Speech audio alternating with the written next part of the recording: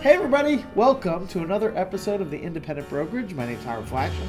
I am the broker and owner of Roundtable Realty. And I'm Erin Salem, Director of Marketing Director for Roundtable Realty.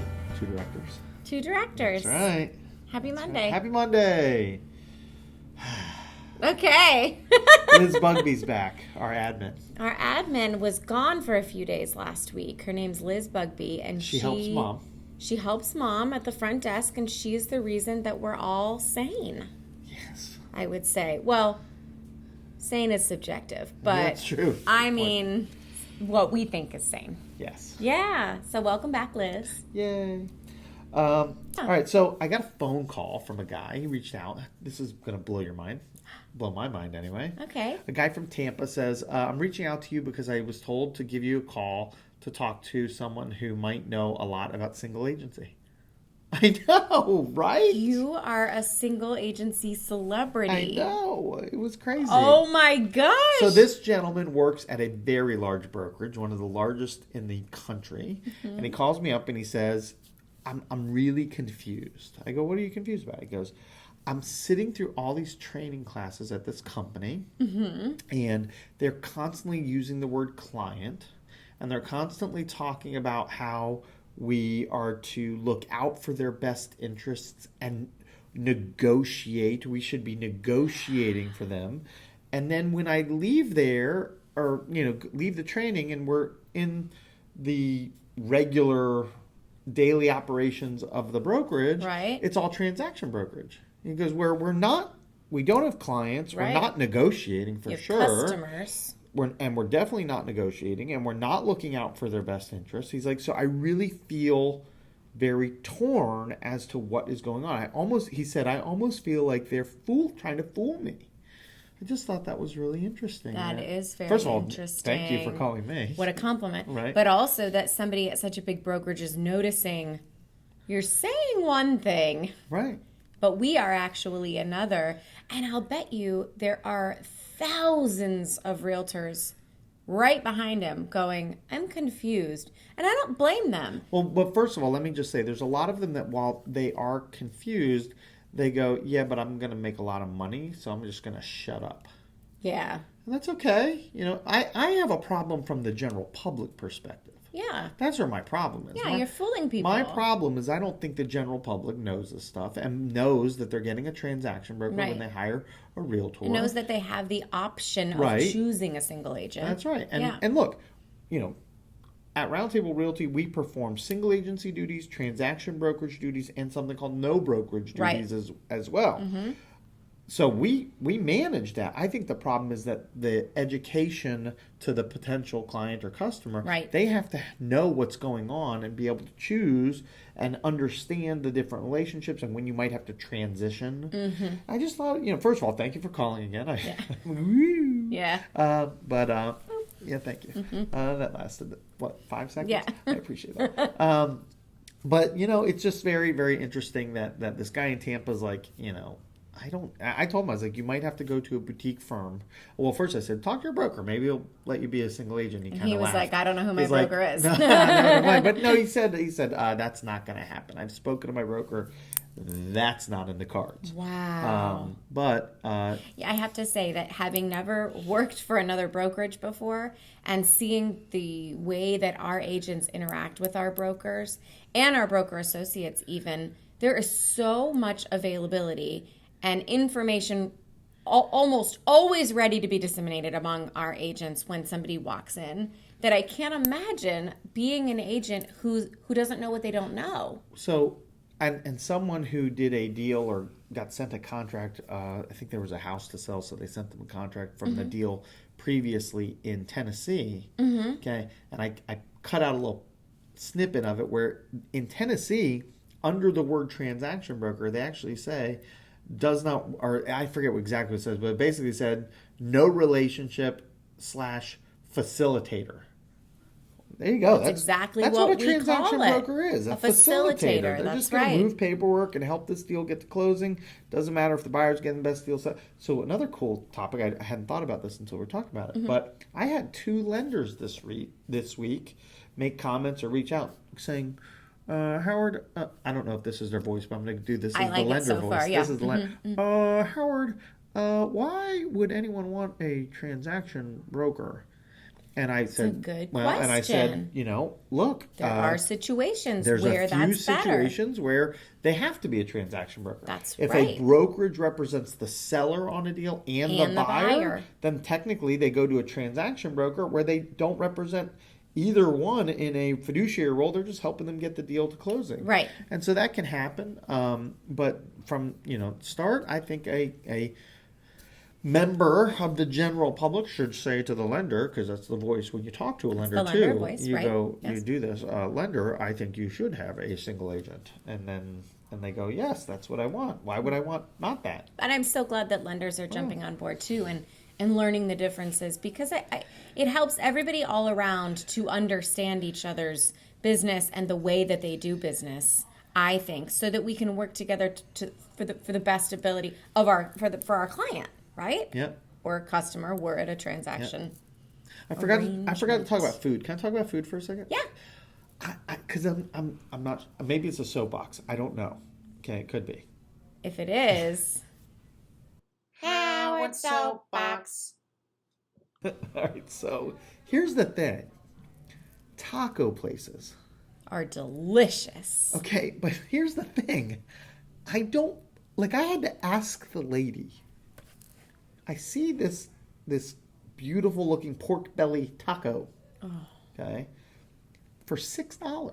Yeah, Is that one taco? I think so. Oh no. No.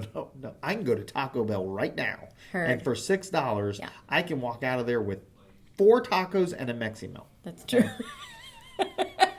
So I'm not paying $6 for one taco. That ain't happening. All right, and this has Okay. been Howard Soapbox. As a matter of fact, I got a chimichurri steak because it was only slightly more expensive than the taco. Okay. All right. So anyway, can I talk about evil? I want to talk about evil things. Yes. Not Stranger Things I on know Netflix. of some of them. Although we're watching that season 1 right now. Are you? Yeah. I never watched A little it. scary. Okay. A little scary. iBuyers. And iBuyers, they do some things that I don't love. Some of them are not all of them do dirty things, but there's a few that do. And this really gets me. Okay, let me stop you right there for those of you that are iced tea with me on this particular topic. An iBuyer is a company or a conglomerate or a bank that buys your home sight unseen, meaning they never visit your home. Usually they just speak to you on the phone. They make you... No, they sometimes visit the home. Rarely. No, they got to show up and say, hey, look at this spectacular deal I'm making. From the people that I know who have worked with them, They don't even show. there's one in particular, we'll just call it Schmope and Floor, and they sold and did not ever even meet a single person from that company, nor at the house or anywhere else. There was no personal interaction. They make you an offer. It sounds great because you don't have to repair anything oftentimes. You don't have to do showings oftentimes. They just make you an offer. And you're so excited that it was that easy. And if you do any kind of research at all, you find out that you probably lost 5 to even as much as 15%. Oh, there was a deal of I the just equity in posted your on home. Facebook Yeah. that the people must have left $50,000 on the table. Oh my 50 grand. gosh, you've really got to 50 have an interesting situation. Well, to and be here's okay the thing. with So, leaving 50 so grand. if Jim Bob Schmopenfloor walks up to you and says, you won't have to show your home, Right. I can see that the average amount of showings that particular zip code required to go to pending was like 18. So it would have been about $2,700 a showing. So if I said to you, Erin, if I pay you $2,700 a showing, will you allow your home to be shown? Yeah. Most Yeah, people would be like, sure "Yeah." How soon do you need me to get out? You want to do all 18 at once Right or now. one a day, whatever you want. So anyway, here's the evil part. Okay. I don't know if it's evil because evil's a very Evil. dark. Yeah, maybe there's a difference between evil and evil. Evil. Evil's like a movie Right. type of evil. I get it. Yeah. There's new construction home builders out there Yes. that are telling people who walk through. So let's say you walk into this community where I'm selling these lots and homes. You're going to pick your home and you're going to make your upgrades and you're going to pay. Home of your dreams. You're going to get a really great new home that no one's ever lived in. Right. But you have a home you have to sell. Yes. All right. Well, that's bad because you can't buy your new home, right? Well, it's usually contingent on the sale of your current home. I'll tell you what you should do. What? You should call this iBuyer. Schmopenfloor? Maybe, or any of the other ones, who will buy your home to sell from you, and you could sell it in 30 days and come buy our house. The new home? The new house. The new construction people are saying this? Yes. Which is horrible because the new construction site agent has actually by law, they are not to care that on your home you're selling, you're leaving $50,000 on the table. Right. And you're coming and buying this home at a premium because you're buying a lot premium, the most expensive home. You want that upgrades for 30% more of your home in here, and we're going to pay for your closing costs, but we're going to have the higher interest rate to roll in the closing costs, which, by the way, that's not a bad thing, okay? But they are literally selling you top shelf liquor over here, top shelf at the bar, telling you to buy the premium stuff up here that no, I can't even reach. I don't buy. Yeah. But and they're telling you to take the hit on your home to sell. That's right. 50,000. Your home is a well drink. Yes, that's right. Well drink with soupy water. Yeah. Okay. And they want you to buy the wow. Is that not dirty? That's so dirty. And how about this? It gets worse. How about you want something else? And this is deeper I don't know stuff. if I can handle it. Yeah.